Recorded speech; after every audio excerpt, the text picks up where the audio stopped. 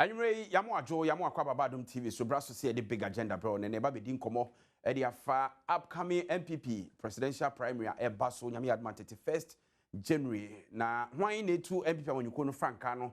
Ye frasi any dinkomo, various aspirants, Nipa Makumakunum, and a pray, say Ubitom when you couldn't Franca, you are Kennedy or Hene, Agyapong, Brian Agyapong, Dr. Duchum, Afei. Dr. Alhaji Mahmoud Baumiana, engineer Kwamina Agyapong, or Nimpenny4. Now, the other number one era, Kennedy or Hene Agyapong. Tene, you want Nimpenny4 mu Bako Kudampa, and Baba Dinkomona, Shadia Coso Campo campaign trainer, a cost say preparations. They say, I can't afford a crabby. Last days are always dangerous. Nah, I did trust in the delegates, and as on Bekuta, a year, Sir John Mantrano, say fear delegates, no. Set ye biano, a bubble room, na ye didn't come. If I'm not say Yampo for J, we a big agenda, me and na ye didn't come on. Kwaba, na big agenda so and our Adom TV, a brass of see didn't come on, and ye burra era Kennedy a compre Agyapong. Ne camp na ye didn't come on kakra. Campaign said yes, Yako, some ben or Mokacha man for way chances and so saying it here. I can't afford a crabin to finishing touches and so said a Bisiako na your Dr. Alex and Pabin.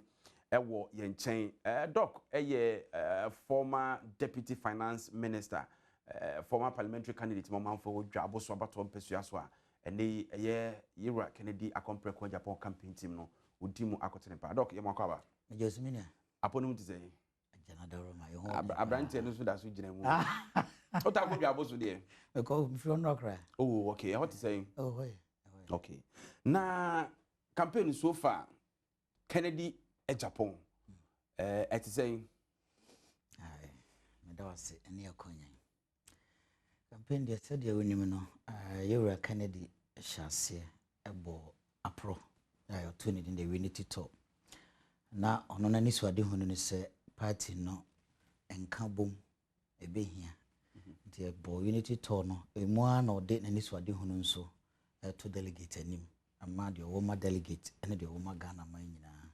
So far, the Macassi we constituencies 276 in north east about 6 constituencies because of issues now. Court or I'm saying train police clearance no so be to me 10 years anymore. So for a year and free there. So far about 270 constituencies there. According in area. Wow. I don't want my own so crack. I say, I bring you. Me free voice. Na baby am one reception to say message ben am the nam. Na man 4G muhu say so can say me come hu. And na the over begin lawyer first with the hu ni man no say nya the can na adwe also. We assessment na say na mark so far. So far campaign ankasa na ye shase or western of region. We are in the region, so I was very proud to see sir. From western north no Bomura the Bono 3 regions no near TC north back Volta Uti eastern Greater Accra and the Ashanti and western Asoso and the 5 northern regions. The American nyina say on say Uti Kennedy when you see be onya daje tie no Uti ni message a wa Uti me say owo ani so ade hu na delegates no on say free abamu enche and you know, the desire to get back to power. But I say, I feel we a such an election be a mako. The month for the desire say we need to come back. Never back and so why the bit me there? Why not? Or you be a Ghana phone na agenda tomorrow. So we dear, you didn't buy your chances are very high. And the Ura Kennedy, any swadi hunu and our autumn constituency by constituency. Now, dear Bakwa is so unique about or no. Papa, they thought I mean things like that. The magician na. For every constituency, biano unimu asem, enim the type of projects ya ubeti mi aye. So jina constituency bina udo no kamu asemwa. Wan hwebe yo nwa. Ye koba bi ne bia kube no mudua. Ne bia opeso ye coconut factory. No the create adwuma mabuno yakoba bi na ebia bode and the honom yakoba every community be ebe ko no or sport one the raw material e wo honom opportunities no no omo challenges any kwan betimi afa so aboa wo na yade ama me ho say on say o localize campaign no a e mama mfo say enye theory na wo ye. And Kennedy has always been that kind of manner, onye theory person. Or you're not kind of talk and do. Practical. Nti ama mfo agene nsem no atum. And on say Ghana say politics o mate ase o. O mate ase papa. Se oba nanim na uni message a otumi hu. Se na say any ite obi call ba bi aka say kan de obeye. Se what is that kan de obeye campaign na ekoso na. Nti udru ha delegate no etimi so niswade hu na kuta wo no eso. Ena sisi aye how kese pa as a country eye mabune ne adwuma ana manfo modwuma sei ne ho nso na Kennedy ahoden ankasa ankasa wo sebe penifo bu baby said you no to no na yede ne gina atwero no ano omutimi relate se Kennedy de yenim se eba nwuma wa biebiebi enti so oba no be ka kire me se fa Ghana tumi ne mame na metimi abie adwuma ma wanya bia ya I mean, I just said the onye na adwene se obesesa anabia de onde wona adwuma dada ntem fa no but to be a wo ba wo fie wo mu anase obabi awie school tifia unya hunu ba bia ode ne da achen fa no obetuna related to Kennedy because as individual what me afa nipa over 7,300 and over adwumom enye easy sir and such a person nyakonya betena Ghana konwa so no ka se me de meme no nanado bae obey free senior high you will go by obey healthcare media nsem be bie nyuma mo nya bia ye oh sani so ade hu nya de theory because nyam opeso wo ye no raw materials ni nyina wo Ghana hadada. I think that's the beautiful side of Yura Kennedy and this wadi hu no say eya okwa or the name bi a ye kra eba ya ye wo no raw material ha enti de here now no the political will say media me twan to mesi me bo say adwuma na ye me focus enti say adwuma ye me focus na me ye babu no anase me ya wofo me bati fie me mo meti fie me na adwuma ya I think say bad in some message we ka say nko and the consistency on his delivery any possibility what means as ade na wo ka no possible material no wo ho the here no say one. There are two ways you can debate me edinuma number. One, through maybe the budget. CBA government be allocate certain proportion of the budget towards industrialization or other agenda. I know they are very minimal, but the greater part, no, and a Kennedy holding, which is making the way for private sector investment. Yes, and as an investor, no Kennedy a lot of business partners. I mean, meeting a chica Caribbean who said, Papa, no, he's a whole university. No, the kind of contacts are Kennedy and the desire, some of them want to come. So, investor, bow my na down for businessman, and the president, obedient the more than the traditional politicians. The confidence of his ability to drive investors to Ghana are very high. Now, as I say, me, I'm okay, opponents, no matter which say Yura Ken, I say Nisika one or then want to show name. Officer Sika bi odi aboa party nti no wogina so. But they are rather rich in ideas ne ho nkeka ho.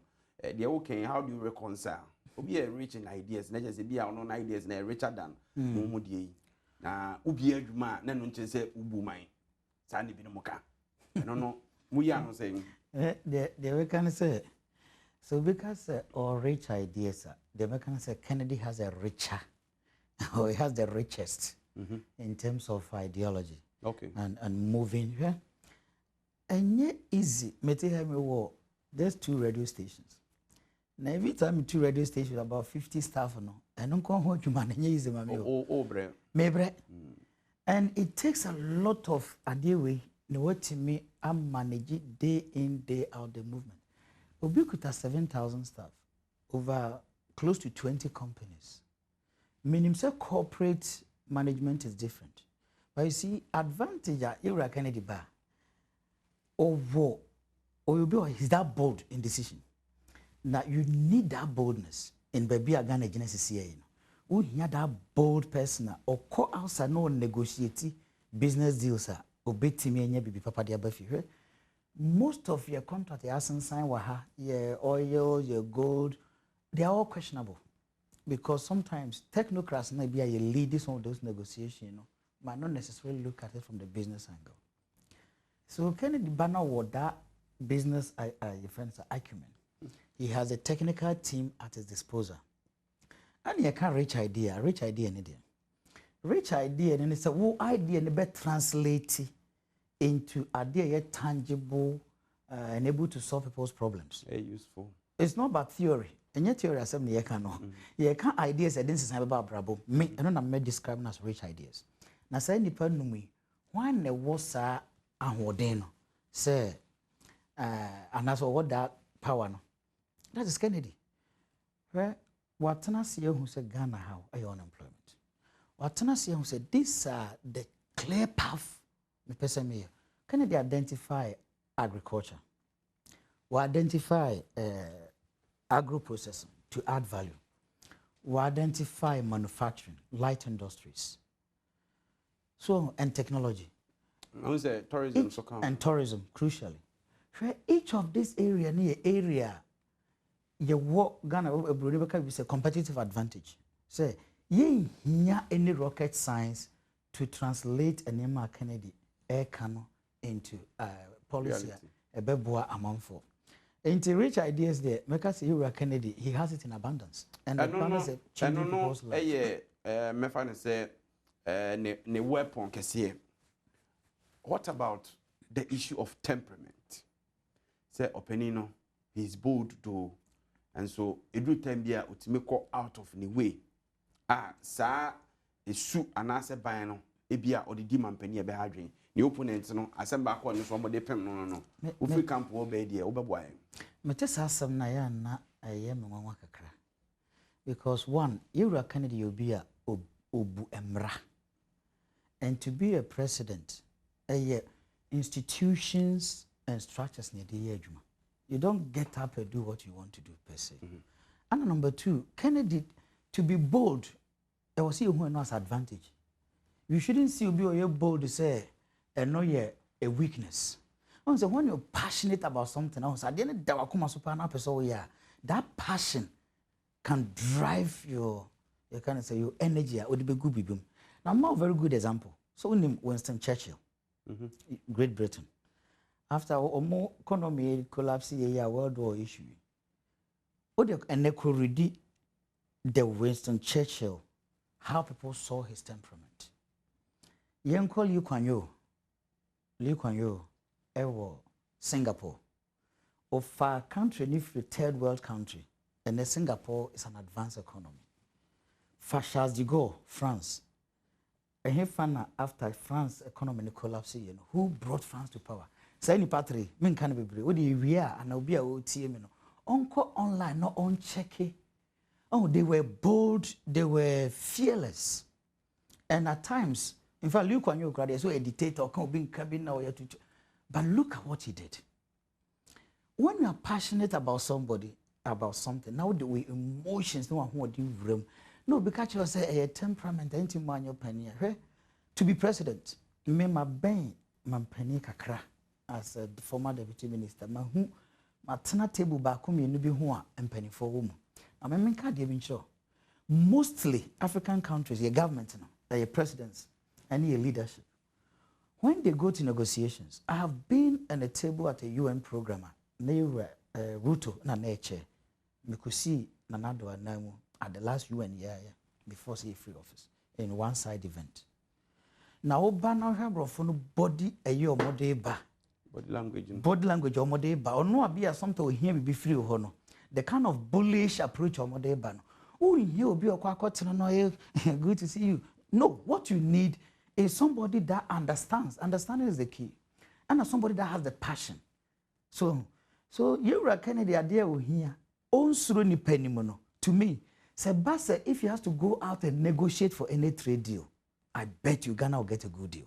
He's a businessman, he's bold. He understands, diplomacy. I do be here and say, institutions, the Foreign Affairs Ministry, various structures are a boama or mampani diplomatic relations.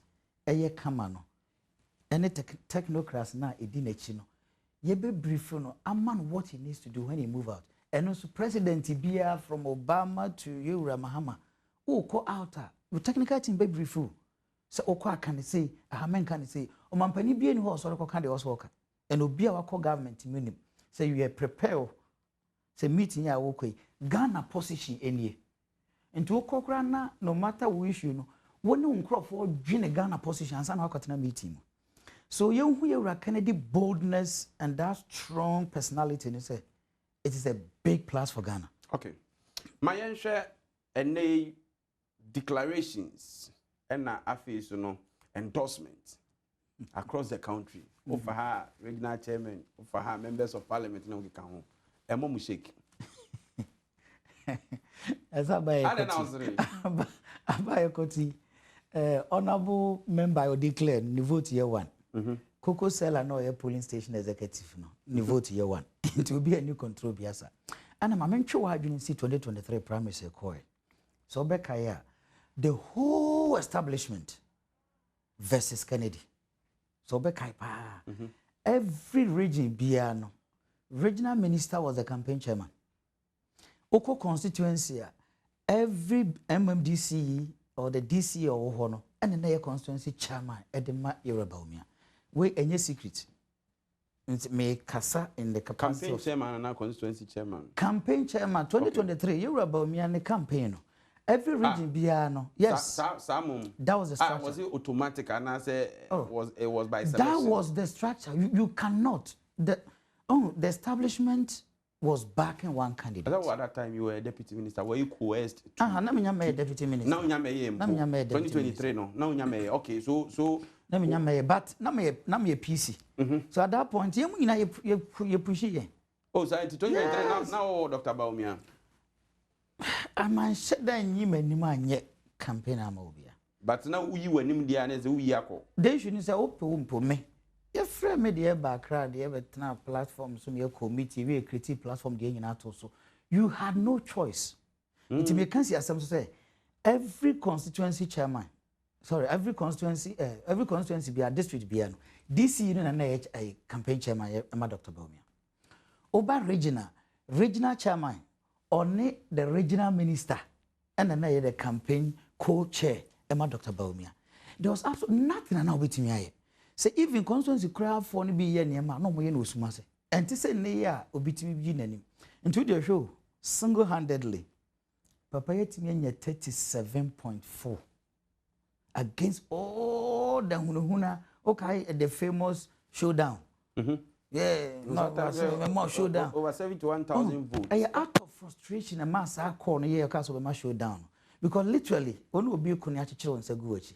And ne Obian Yobia. And that DC no way. And the CEO no way. And the regional minister no way. But some money now so to Abasi saying. The American says, power no and war. On said also the security forces. Because the number is CEO, some part of northern region. Baby will report in security forces, you know, how much near 2 billion, mobi 100%. So what to be? So many constituencies near Kennedy voter when you're near year from near mobi 100%. In spite of all this, the man had 37.4%. And then America says, who you be able follow politics pa? And you'll be never catch us about where you're Kennedy there. Because our brain fans say, yeah, money and ma'am. And Metia confidently may and the director of research, who is my brother, Rocky, Ewo, Western of Region. Oh no, a campaign co-chairman, Yorubaumia at the time. And then he's with Kennedy. Yenshe Yura Kokukwati, Yenshe Stika, Yenshe Abna. Look at the kind of people and everybody is free to operate. And will be also at the BB. But in our Kennedy campaign now, you can see how well structured the campaign is. We have a product, GD. So Kennedy presents the best opportunity for the NPP. And yet theory has some practical solution to Ghana's problem. I mean, I'm saying 2-3 weeks ago, Ghana Statistical Service published you will say a mobile in the Jumaye is about 1.3 million. And universities every year be at least 100,000. You won't call out free 70 80 or medium penny so. Into Ghana problem no and they are a big trap. And there's no immediate solution. The solution is ba. I just see a penny more case media. Many so they say be creative companies said the beya enuma because the more okra na me fra manone no who create adwuma ma hofo intimate me create the avenue whether through support from the budget PPP or external investors which are one and one but me create the economic avenue to allow investors to come in every raw material to develop everything that we want here. Yeah, time in yasu na the last time no say main contender and opponent Dr. Baumia we name most of the regions. This time around more regions better. Said you confidence some regions better. Oh, so my very realistic pa. Go more analysis, more of course. 190. Meet my catch yourself starting from voter. Kennedy winning voter last time round and Obe winning. Oti Kennedy be winning Oti. Oti. Yes, Kennedy be winning Oti. And Greater Accra. Greater Accra. Greater Accra will be massive.